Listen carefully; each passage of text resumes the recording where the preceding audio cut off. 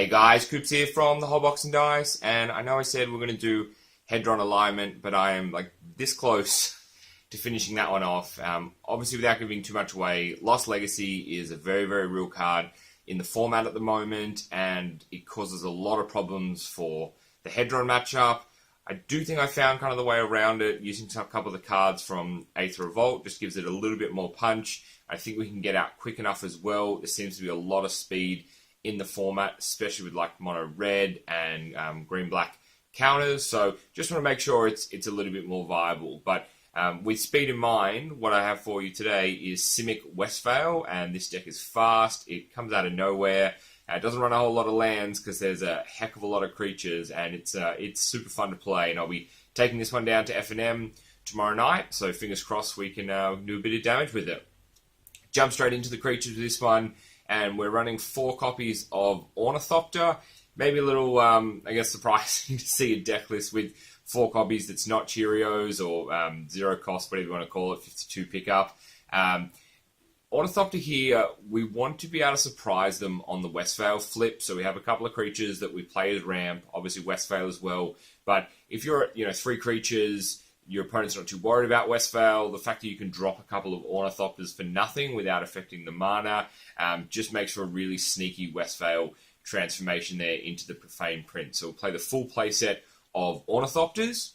Jumping into the 1 slot here, I've got a couple of different creatures that we want to play. We're running 3 copies of Loam Dryad and 2 copies of Thriving Turtle.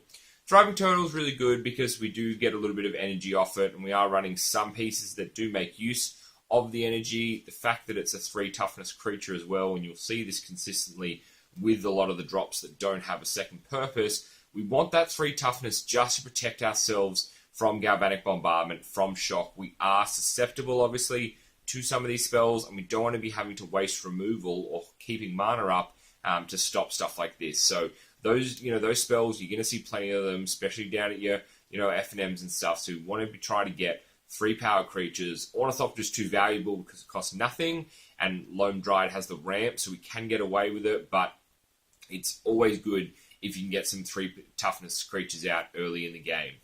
Also in the 1 slot, we're running 3 copies of Jade Offshoot and 3 copies of Permeating Mass.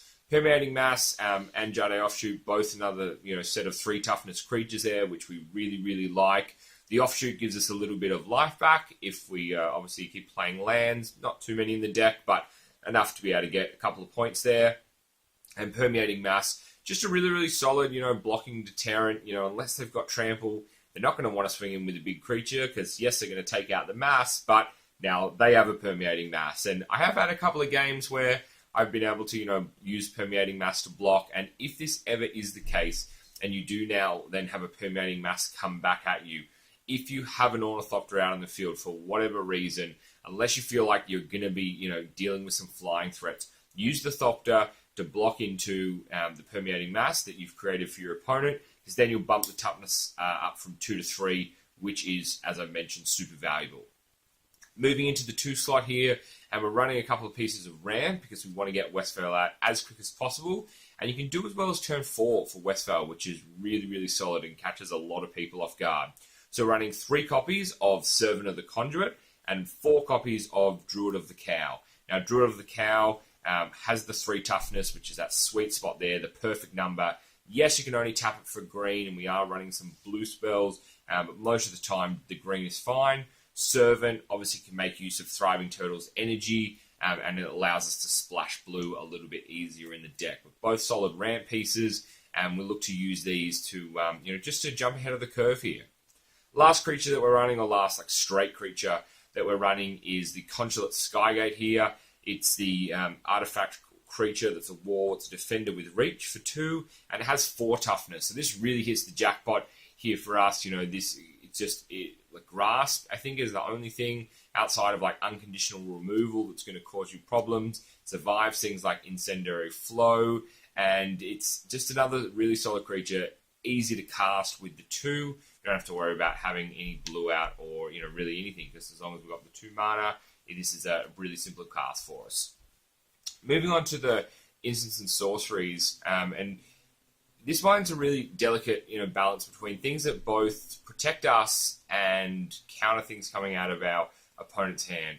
Obviously, we want to give our creatures some protection, but we also want to give the Profane Prince, when it flips, some protection as well, because there's no point having 5 creatures that you've just lost, and then they do something like a Stasis Snare or Anguish Unmaking, and you've just lost that card, because now you're back to square one, and we don't have enough.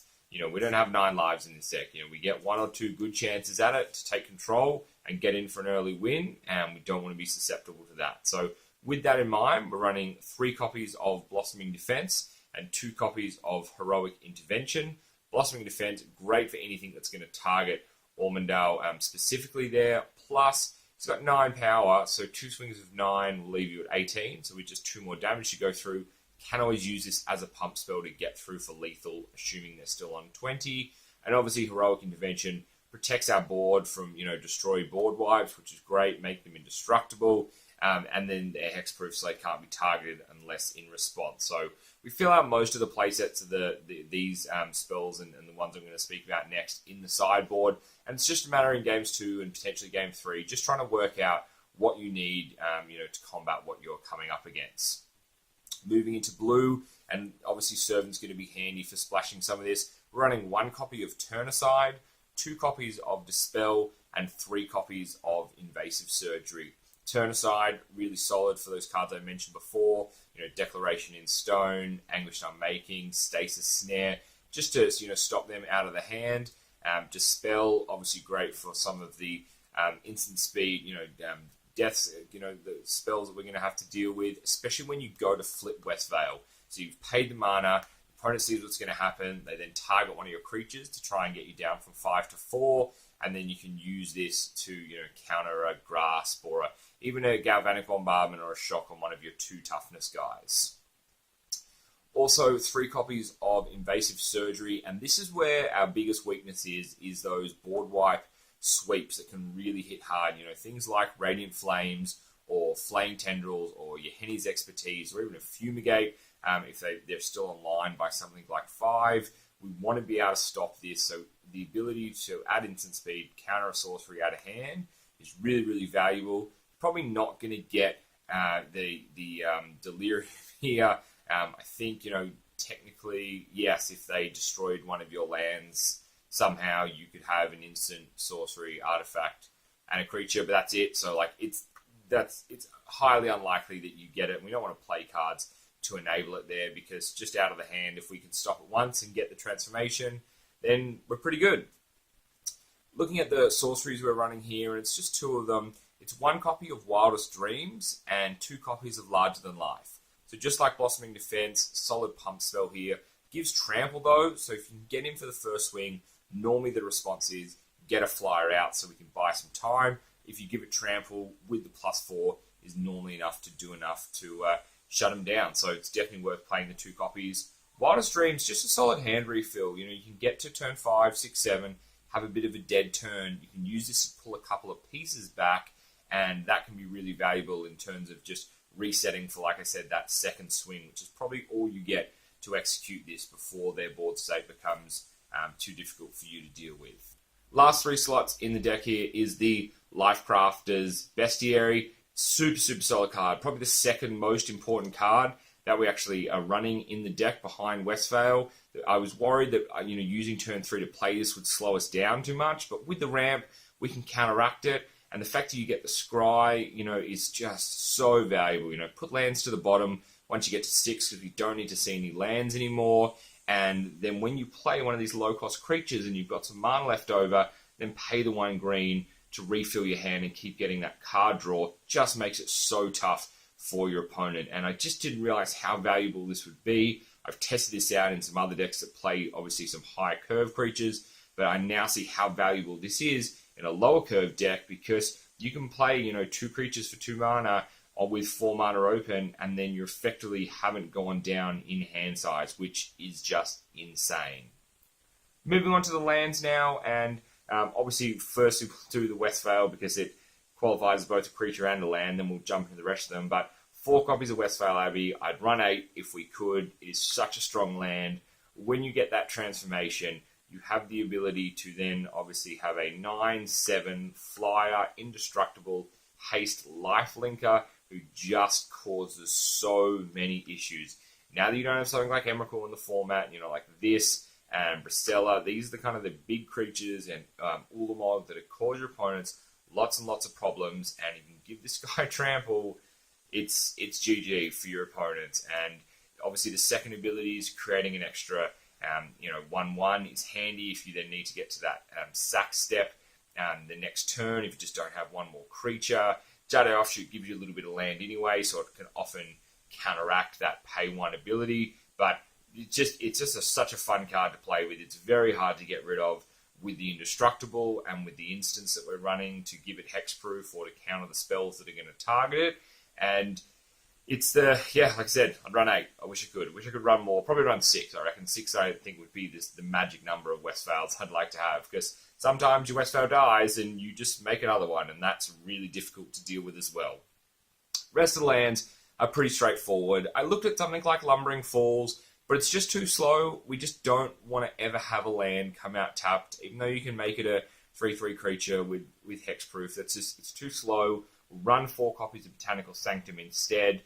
We'll run 1 copy of Aether Hub just to use a little bit of that energy that both Servant and Thriving Turtle create when they enter, just in case we lose them and we do need to splash some blue in response to obviously a spell being targeted at us. And then the rest of it is just like basics. We'll just run forests and islands, and that makes up the deck. It's a really simple deck, but it's a really fun deck. You got to play fast, but you got to play smart as well. You don't want to overload the board. Try to get to your bestiaries. Try and get that card draw to refill your hand. Keep your instance open. Try the key to this. If you can keep that 1 mana up, you can keep 1 mana up for an Invasive Surgery or a Dispel or a Blossoming Defense. If you can keep that just mana up with the speed that you're going at, most of the time they don't have the mana to cast a second spell, and it's just too hard. You get 2 good swings in on turn of 4 and turn of 5, you win the game. That's it. So, like I said, the sideboard, we fill out most of the creatures that we're playing in the main, just taking them up to 4 copies. If you don't need to play the removal and you are just racing, you just need the extra creatures. Some of the spells we spoke about, like Heroic Intervention and Blossoming Defense, filling out the playsets with that. Another bestiary in there as well, if you feel like you do need that 4th one. So there's a sideboard. It's pretty simple. It just really just fleshes out the playset there. It's not really worth kind of looking at bringing anything else in. If you put some of the bigger creatures in, like the Gear Hulks in either green or blue, the land base is not strong enough to support something like that. And there wasn't really anything else from Aether Revolt that I thought was really worth including there. I looked at something like Merchant's Dockhand to see if that would be valuable, tapping down your Life Crafters to try and get some card draw if you had something in your end step, but you just don't have the mana open for that. So couldn't really find anything else that fit. But hey, if you guys have some opinions and have some suggestions, would love to hear them. But like I said, it's a super fun deck. It's a super fast deck. I'm going to take it down to FNM, so I'll report back how we go tomorrow night with it. And hope you like it. I'm really close to Hedron alignments. That'll probably be the next one that I do. I've got Blue-White Horrors as well on the way, plus some Mimic decks, some of the tribal decks, and some mono-colored decks as well. And maybe even a Teema and a Naya Odric as well. So a couple of different ones for you guys. I've got the bundle that I just opened up, the second one, so put that online. I've got the booster box to go.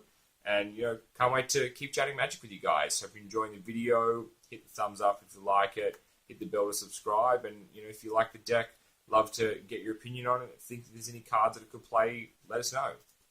Thanks again, guys. I've been Coops from the Whole Box and Dice. Peace.